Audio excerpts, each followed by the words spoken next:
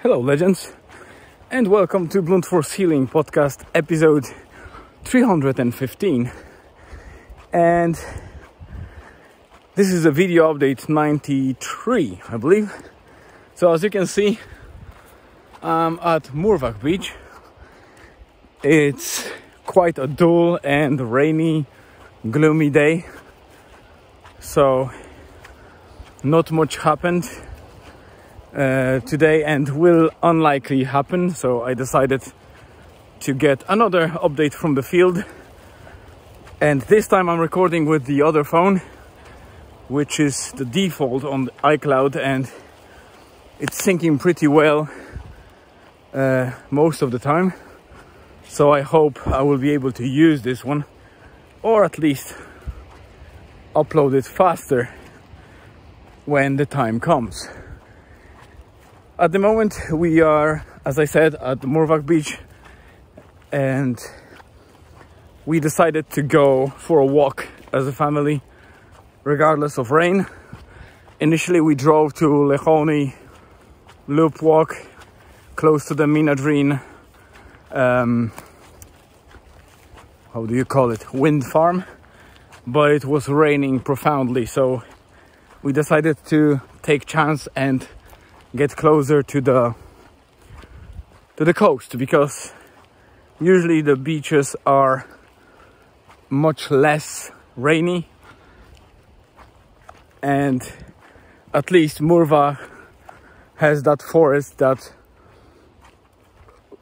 covers you with the canopy while you walk, so it's protecting us better. And we already did a 2 kilometers loop around the forest. We found a couple of nice suiluses. I don't remember, I think they're called slimy caps in general in common language, but this particular species I need to check up what's the common English name. But yeah, they are edible. They are pretty nice. You can dry them up, you can fry them, you can cook them with dishes to get the best of them. So lovely ones. And I just reached the place where I was hoping to get some of them, and look at that. They are not the ones that I'm looking for, but it's a good sign that we might be for a treat here. So this update will be very, very quick and short, and mainly because yesterday, as some of you know that already listened, I was unable to use the proper upload from our trip and couldn't upload it, so I had to do a quick update from home. So what I'll do today is I'll cut this one short. It's about 4 minutes, something like that. I have 20 minutes of additional footage from yesterday, so I'll stitch them together and upload it today. If you're interested in what we went through yesterday, what the trip was, etc., the write-up will be on the blog. The link is in the description, www.bluntforcehealing.com or bluntforcehealing.wordpress.com. You can find it there and read it. Here they are. They are walking alongside the beach because I wanted them to avoid wet grass, to not get too wet, but I don't think they will be able to cross without getting a little bit wet, so we'll see. Anyway, I'll stitch together the other episode to this one, so they should fit about 25 to 30 minutes, which is the maximum for Spotify, I believe, and I'm not sure, YouTube probably allows me to upload more, but yeah, I need to, for now, stick to Spotify limits. So thank you very much for watching, listening, etc., and check out footage from yesterday, which is about to start now. Hello legends, and welcome to Blunt Force Healing podcast episode 314, I believe. which is a video update number 92 or 93. I lost the count. So I decided to do a quick update today from the field again. As you can see, we are close to the lake at the moment. Julian and my wife Elizabeth are a little bit ahead of me because I decided to check nearby forest a little bit and go off trail to see if I can find some mushrooms.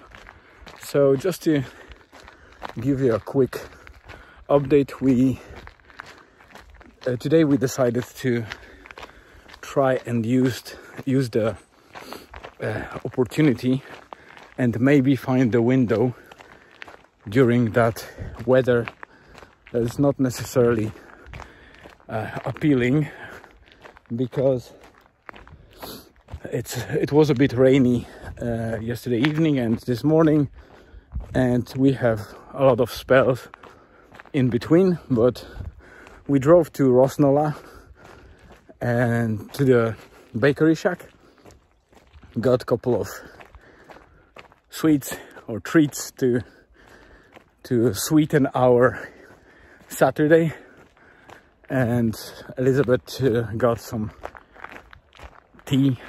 I had my coffee earlier on the gas station, so I was fine. We sat there and ate in the car because the wind was let me say that it was very strong. According to Met Iron, the Meteorological Institute website, there was a yellow warning saying that the winds are strength 6 in the Beaufort scale, and Beaufort scale is between 0 and 12, I believe. 6 is in the middle.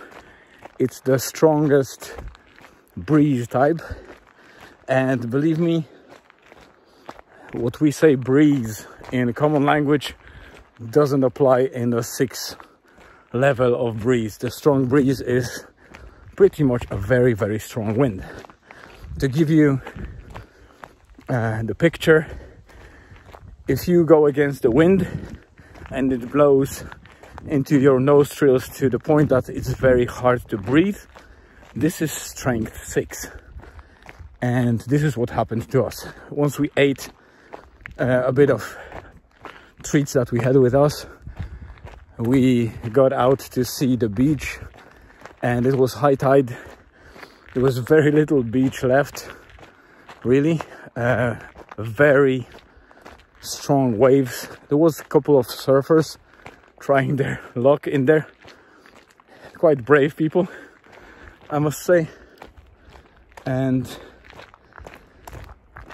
yeah, we spent there just a couple of minutes.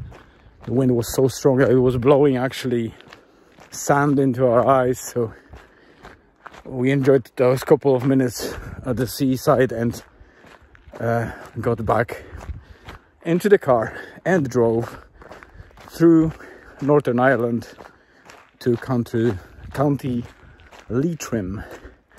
I don't remember what's the name of that forest, the lake and the so-called estate, whatever it is called, but this area looks quite cool, a little bit better than the last one that I wrote about, which was the Castle Caldwell in Northern Ireland. It's again beside the lake, and there's a nice walk for families, and there are woodlands, extensive woodlands that you can walk different trails on, so it's a very nice place to spend some time. We were fortunate to only get 1 or 2 small spells of drizzle but in general it was dry and very nice. And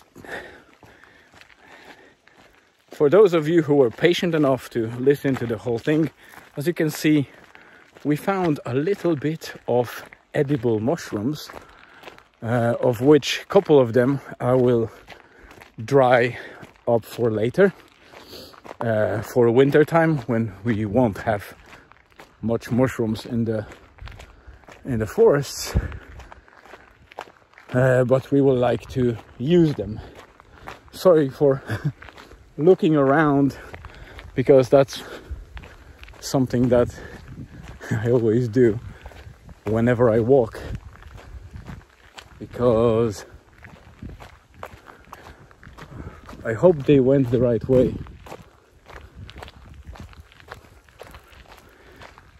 Let me check if I still have the battery, because it's very important that they went the proper way. Let me see if I can find Elizabeth. It would be hard to find. Anyway, I think, yeah, they went the right way. So that's good. In theory, we could drive all the way into the point of interest. Glen Farnham Estate, I think it's called, is basically just a kind of a place at the lake shore where boats can stop.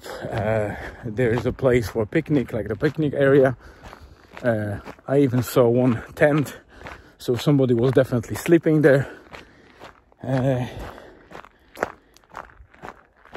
We could have possibly driven all the way here, but we stopped about 3 kilometers earlier and walked all the way in, checking forests here and there.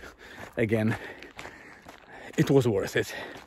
So there's a couple of flies here that tend to be very annoying. I even got one tick so far. I don't see many others. Oh, yeah, that would be a blooper. I will leave it in the video. What else can I say? You can see above me, the flies are everywhere. So there are moments where those flies are really annoying, and the other times there's no fly at all. So I don't know.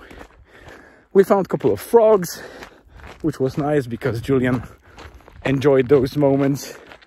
He likes to experience some different animals, and even if they are as common as frogs, we don't see them very often, so it's nice to find them from time to time. Yeah, so we are going back to the car. I obviously need to prep the dinner, and we know what for the dinner will be, because it will be risotto al funghi, just a fancy name for mushroom risotto. And as you can see, again, third time, we have enough mushrooms to do a nice risotto. To give you a little glimpse of how the lake looks like, let me just show you that place. It's a beautiful area. So quiet, calm. Even though that we met a couple of people on the way, it's a very quiet, not very often visited, I guess. Also, Google failed in leading us. We got to the cul-de-sac, or kind of, you know, the end of the road that we were supposed to go through. There was no way through, so we had to turn back and drive probably additional 6 or 7 kilometers, maybe a little bit more, to get to the right spot and drive here. But yeah, we managed. So here we are. This is another spot where the boats can dock and a little bit of parking area where somebody can stop. The road is very narrow, so, and there's very little places on the way in to pass, so that one car can pass another, so it's quite difficult if two cars for some reason go against each other. But as I said, it's quite quiet.